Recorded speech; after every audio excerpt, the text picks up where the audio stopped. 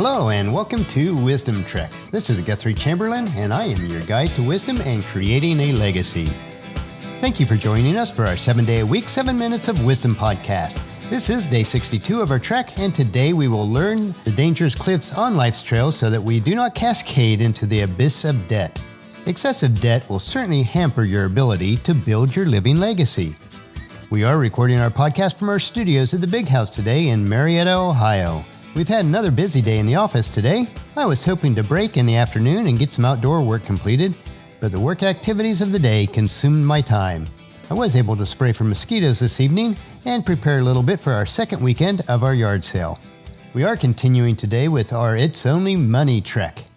Each day, we will explore a different trail on our trek to true wealth. As we work hard and follow sound principles to acquire wealth, it is very important that we know which trails not to hike. Those are the dangerous trails that would cause us to lose everything that we have gained. So our title today is How Not to Lose Money. As well as teaching us how to earn money, Proverbs warns us of the many ways in which money can quickly be lost. The following are some of the most common mentioned pitfalls. Our number one is don't be lazy. A lazy person not only fails to obtain wealth, but because of his laziness, he also neglects the resources that he currently has. Proverbs 24 verse 31. I walked in the field of a lazy person, the vineyard of one who had no common sense. I saw that it was overgrown with nettles, it was covered with weeds, and the walls were broken down. If you are too lazy to take care of what you already have, it will soon come to ruins. Next is Proverbs 27, verses 23 through 27. Know the state of your flocks, and put your heart into caring for your herds, for riches don't last forever, and the crown might not be passed to the next generation. After the hay is harvested and a new crop appears and the mountain grasses are gathered in, your sheep will provide wool for clothing and your goats will provide the price of a field. And you will have enough goat's milk for yourself, your family, and your servant girls. So you see that somebody who's not lazy will have an abundance. Number 2 is don't be greedy. Now strangely enough, if you are greedy, it will often contribute to being in poverty. Proverbs 11:6 puts it this way. The godliness of good people rescues them. The ambitious of the treacherous people traps them. In Proverbs 28:22, greedy people try to get rich, but they don't realize they're headed for poverty. Now, many company advertisements appeal to our greed and pride. The companies have just the answer for us and a limited time opportunity that will fulfill our needs. We see it so often in society today because most people want instant everything, including wealth. Proverbs 13:11 tells us, though, wealth from get-rich-quick schemes quickly disappears. Wealth from hard work grows over time. Also in Proverbs 26:16, lazy people consider themselves smarter than 7 wise counselors. And Proverbs 24:30, I walked in the field of a lazy person, the vineyard of one who has no common sense. Number 3, don't be impulsive. If you are an impulsive buyer, whether it is something small or large, you will soon come to see that wealth accumulated quickly slips through your fingers. Worse yet is when you use credit to make these impulsive purchases. Proverbs warns us that being greedy and impulsive brings about poverty. Proverbs 21 verse 5, good planning and hard work lead to prosperity, but hasty shortcuts lead to poverty. Marketers of all kinds of products and services entice all of us with sales through deadlines and scarcity. A good practice for you to follow is to ask yourself these questions before buying something that is on sale.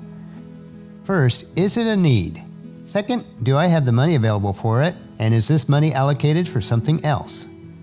Third, would I buy it if it were not on sale or there was not a limited time or allocation for it? Now, if your answer is no to this one, then it is definitely not a need. And fourth, can this purchase be delayed? There will always be another sale, there always has been, and always will be. Number 4, don't associate with the wrong people. Proverbs 5 verses 7 through 10. So now, my sons, listen to me. Never stray away from what I'm about to say. Stay away from her. Don't go near the door of her house. If you do, you will lose your honor and will lose to merciless people all that you have achieved. Strangers will consume your wealth, and someone else will enjoy the fruit of your labors. And Proverbs 23 verses 20 and 21. Do not carouse with the drunkards or feast with the gluttons, for they are on their way to poverty, and too much sleep clothes them in rags. I know the world thinks about wine, women, and song, but Proverbs warns us that it'll be a pretty sad song when you are seduced by sex and alcohol. Number 5. Don't waste money on extravagant living. It is not wise when you consume too much while saving too little. Most financial problems stems from buying stuff that we don't really need with the money that we don't really have. Learn to live simply and be satisfied with what you can afford without borrowing. If you are not satisfied when you have a little, you will never be satisfied when you have more. Proverbs 21:20. The wise have wealth and luxury, but fools spend whatever they get. Do not live extravagantly. This can be compared to Proverbs 25:16, which says, "Do you like honey? Don't eat too much, or it will make you sick." So practice living frugally. Living frugally is a habit and practice that most wealthy people in the world have. So practicing frugality is good discipline. Number 6. Don't borrow money for non-essential items. Consumerism in America is a great problem because we have become accustomed to being able to buy what we cannot afford with a little piece of plastic called a credit card. As I grow older and hopefully wiser, the more I realize that borrowing money should be reserved only for extreme emergencies or for items that actually increase in value, such as a modest home. It is foolish to borrow money for stuff that you don't absolutely need. Learn to enjoy a life of simplicity without all the trappings. Anytime you owe money to someone else, you become their servant. Proverbs 22:7, just as the rich rule over the poor, so the borrower is a servant to the lender. Another area that Proverbs warns us about many times is the danger of guaranteeing or co-signing for someone else's debt. If another person cannot afford to make the purchase, then it is a strong indicator of their ability to pay. Maybe we would be doing them a bigger favor if they were forced just to wait for the purchase until they can afford it themselves. Proverbs 6:1-5 puts it this way, "My child, if you have put up security for a friend's debt or agreed to guarantee the debt of a stranger, if you have trapped yourself by your agreement and are caught by what you said, follow my advice and save yourself, for you have placed yourself in your friend's mercy. Now swallow your pride, go and beg to have your name erased. Don't put it off, do it now. Don't rest until you do. Save yourself like a gazelle escaping from a hunter, like a bird fleeing from a net." Also in Proverbs 17:18 puts it this way, "It's poor judgment to guarantee another person's debt or to put up security for a friend." And Proverbs 22 verses 26 and 27 says, "Don't agree to guarantee another person's debt or put up security for someone else. If you can't pay it, even your bed will be snatched out from under you." Or in common vernacular for today is, "They'll take the shirt off your back." While in reality, there may be some circumstances to guarantee the debt of a family member, which may be okay, but you should only do so if you are fully prepared and capable of paying the debt if it is not paid by that person. On a personal note, in the last few years, Paula and I have made a policy not to guarantee or co-sign debt for anyone. If a family member is truly in need, we've decided that we would give the money to the person with no real expectations of being paid back. If it is paid back, that would be great, but if not, then it's between them and their creator. We have seen and heard of too many families that have split over finances. You must realize that it's only money. Well, that'll finish our podcast for today. If you've missed any of the previous podcasts, please check out Wisdom Trek at iTunes, Stitcher, SoundCloud, or at wisdom-trek.com. Tomorrow we will consider the topic of It's Only Money, Part 6, and it'll be focused on the priorities for the use of money. So please join our camp tomorrow for another day of Wisdom Trek, creating a legacy. If you enjoy these daily doses of wisdom, I encourage you to take the time to invest in yourself in these 3 ways.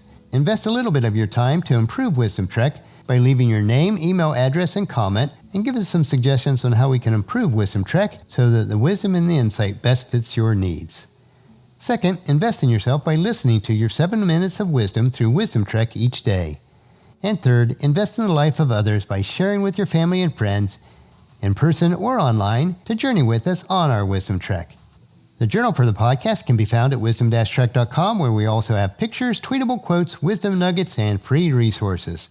Thank you for allowing me to be your guide, your mentor, and most of all, your friend, as I serve you through this Wisdom Trek podcast and journal each day. As we take this trek together, let us always live abundantly or fully, love unconditionally, listen intentionally, learn continuously, lend to others generously, lead with integrity, and leave a living legacy each day. This is Guthrie Chamberlain, reminding you to keep moving forward, enjoy your journey, and to create a great day every day. See you tomorrow.